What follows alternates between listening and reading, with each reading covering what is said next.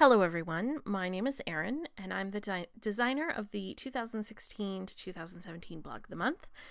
This is the March Block of the Month and this is the center of the quilt. It's the Medallion Centre, and here is what it looks like. This is quite a large block. It's going to end up at 24 inches square, and it's going to take 3 print fabrics and 1 background fabric, which I used white. And just like usual, we're going to show you some quilt variations that you can use.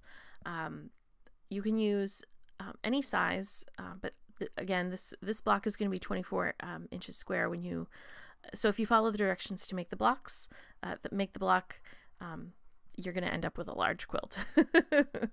So this is what it looks like when you make the block 3 across and 3 down.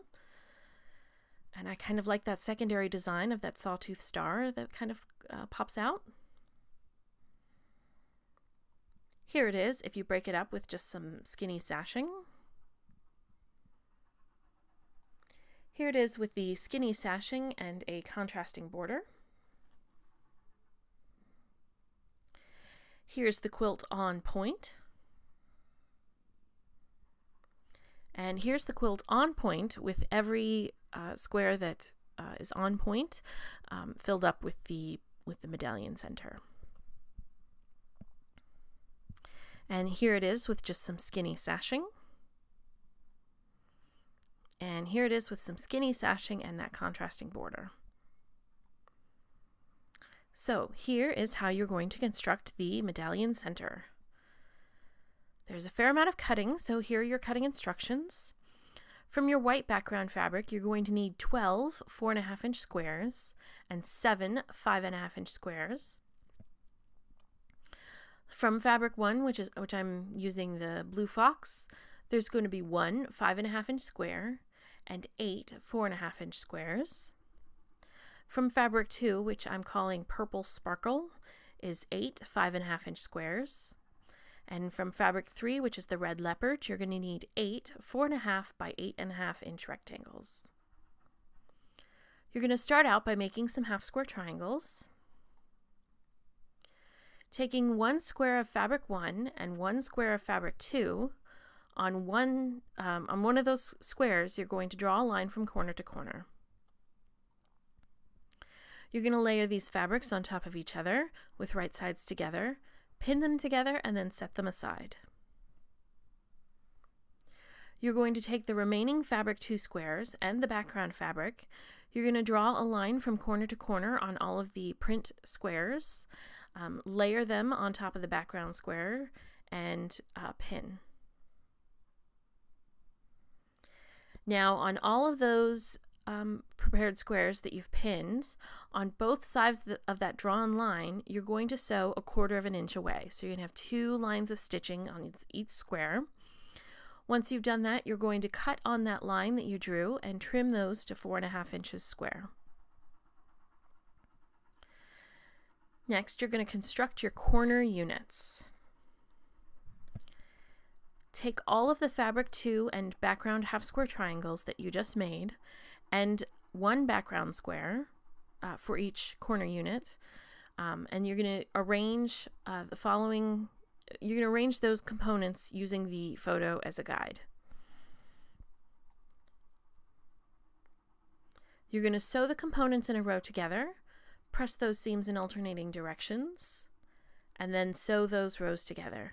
And you're going to repeat this for a total of 4 of these units. You're going to set these aside, and you're going to construct the center unit. Take those remaining half square triangles that you just made, and using the photo as a guide, arrange them to form the center unit. And then, just following the previous instructions as a 4-patch, you're going to sew the center unit together. So you're going to sew those 2 components in the top row together and the 2 components in the bottom row together. You're going to press those in alternating directions, nest the seams, and sew your rows together.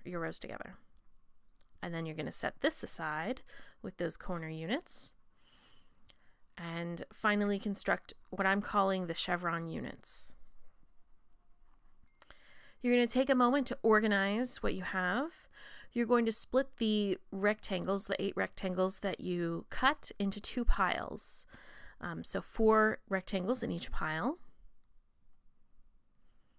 On the 4.5-inch background squares and fabric 1 squares, you're going to draw a line from corner to corner on all of those squares. You're going to take your 4.5-inch background squares, split into 2 piles, so 4 squares in each pile, and you're going to arrange them on your rectangles in alternating directions, because you're going to create what I'm calling a chevron unit. And this is just to kind of help you organize your brain into what you need to do. Then you're going to take those fabric 1 squares that you drew lines on, and you're going to, again, split those into 2 piles.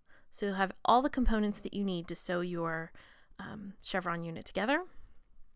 So once you have that all organized, and you'll see that the lines that you drew on each of those rectangles, so on the right hand rectangle, you'll see that those lines are in a parallel direction, and on the left hand side those are also in parallel directions, but that they're pointing down towards the center because you're creating a chevron.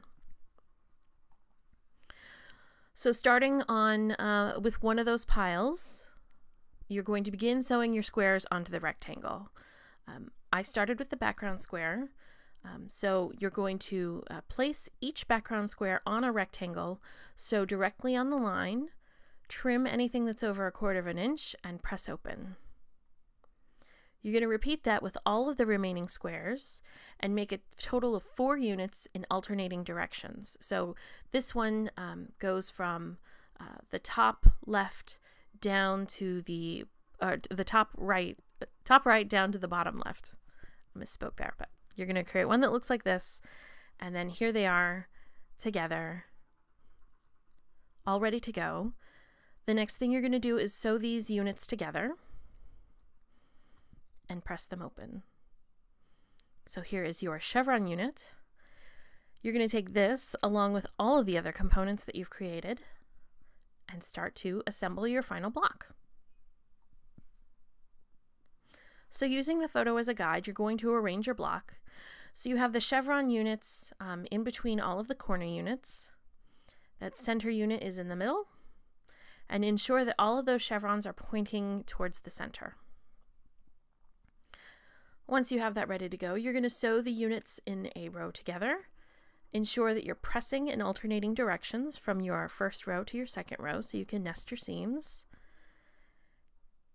And then you're going to sew all of your rows together and press open. And again, this will end up at 24 inches square. If you have any questions, please don't hesitate to contact us.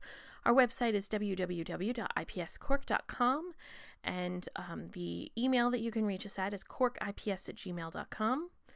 You can download the directions at the ipscork.com website.